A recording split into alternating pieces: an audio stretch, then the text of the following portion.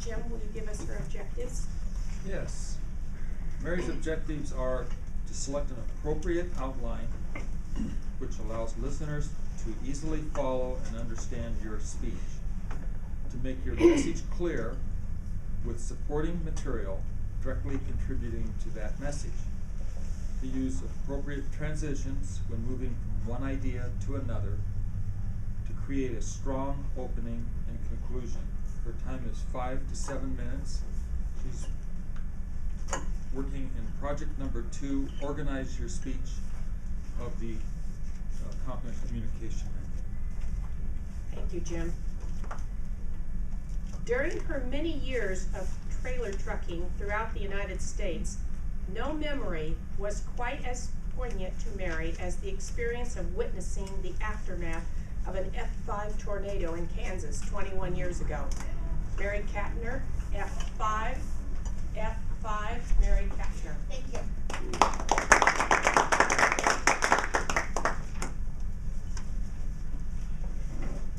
F5 and EF5s are the strongest ratings of destruction that are given to tornadoes. Monday morning, after a fun-filled weekend away from home, I learned about the horrific destruction that was visited upon Joplin, Missouri. It struck a town of 50,000 people Sunday night.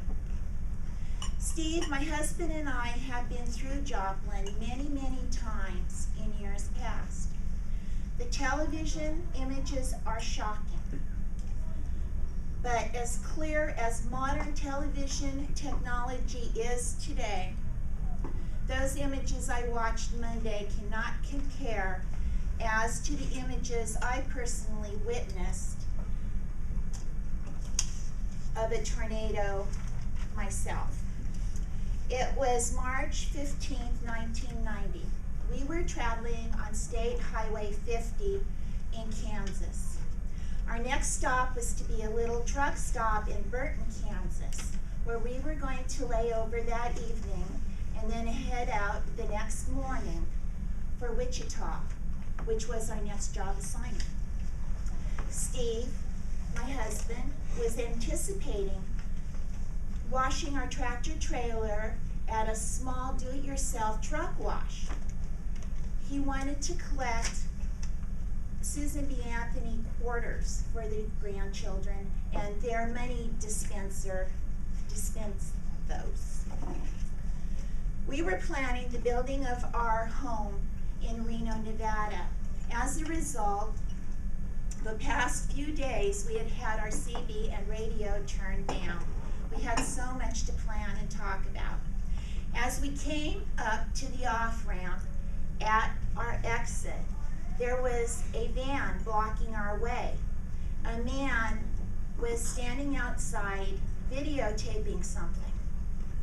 Our first thought was how incredibly stupid some four-wheelers are. We came to a stop and finally looked in the direction of where the man was filming. The truck stop and the truck wash were gone. All that was left was rubble. 2 days prior, an F5 tornado had gone through and ravaged a 48-mile stretch of countryside. It spawned another F5, which traveled 22 miles, before it then joined up with the original F5.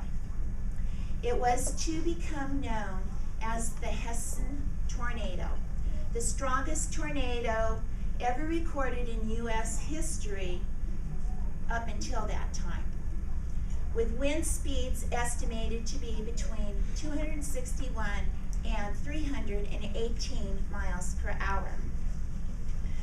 Eventually, we got going again. But because of the size of our rig, in our attempt to get turned around and back onto the highway, we had to turn into what had been a residential area. It now just resembled piles of gigantic toothpicks. I remember feeling as though we were violating the town people's privacy. I was worried that we would be perceived as ooglers. The tornado had lingered out in a field for some time before making its path into the small town.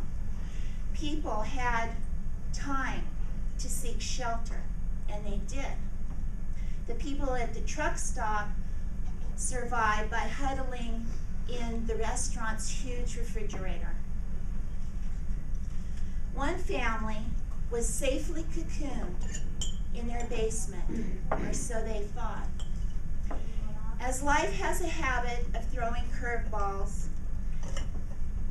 in this case, it threw a tree. It hit the house chimney with such velocity, bricks came crashing down through the basement ceiling and landed upon a most unfortunate little 6-year-old boy who had been playing in the corner with his toys. He was the only death in this town, and a little boy whom I will always remember.